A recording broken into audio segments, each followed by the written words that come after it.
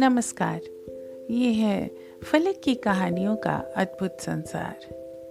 किस्सा कहानी, कहानियाँ जिनमें हम लिखते हैं खुद को।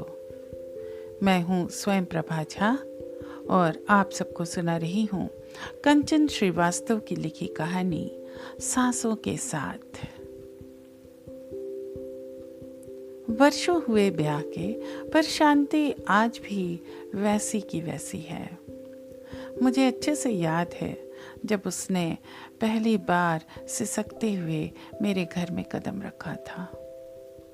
उफ, पूरे रास्ते रोती आई थी, जबकि हमारी जान पहचान पुरानी थी, या ये कह लो कि हमारी लव मैरिज थी। उसके बाद दो बच्चे हुए, वो बड़े भी हो गए। यहाँ तक कि मेरे साथ साथ अब तो बच्चे भी मम्मी की कमज़ोर नब्ज़ पकड़ चुके हैं। वो भी चिढ़ाते हैं तो वो तुनक्कर कहती हैं, हाँ हाँ हैं, जाओ क्या कर लोगे। और जब बच्चे भी उसे चिढ़ाने लगे तो मैं थोड़ा मध्यम पड़ गया। वरना कितना भी मूड खराब हो मैडम का, मनाने का एक ही तरीका था और आज भी वही है। सच कहूँ तो मुझे उसकी नाराज़गी की कोई परवाह भी नहीं रहती थी, क्योंकि उसे मनाने का तरीका मुझे पता था। जिंदगी में आए तमाम उतार चढ़ाव के बाद भी उसने कभी मेरा हाथ नहीं छोड़ा, साथ नहीं छोड़ा। मेरे हर सुख दुख में मेरे साथ रही। जब तक शादी नहीं हुई थी तब तक हम प्रेमी प्रेमिका रहे, पर वैवाहिक बंधनों में बंधने के बाद वो कब एक समझदार पत्नी बनकर सारी जिम्मेदारियों को अपने ऊपर लेकर मुझे मुक्त कर गई, पता ही न चला। चाहे वो माँ बापूजी की सेवा हो या बच्चों की परवरिश और मेरा रख रखाव, और तो और तमाम रिश्तों को भी उसने बांध कर रखा, कभी बिखरने नहीं दिया।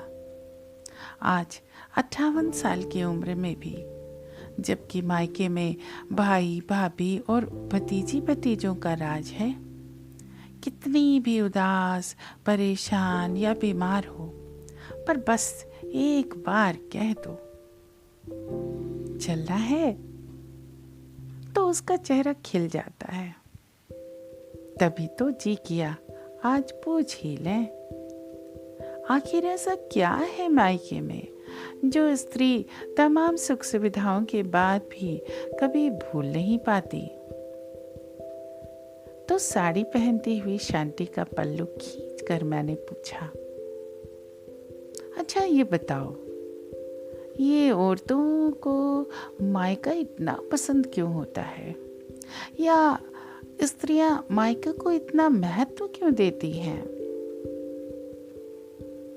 उसने गालों पर अपनी उंगली फिराती हुई कहा, मायके का संबंध स्त्री की सांसों से होता है।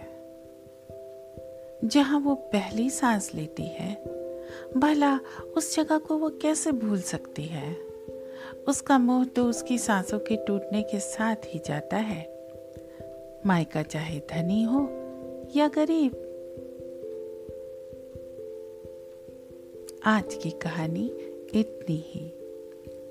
ये है फलक का चैनल, किस्सा कहानी, कहानियाँ जिनमें मुस्कुराती है जिंदगी। फिर मिलते हैं एक नई कहानी के साथ।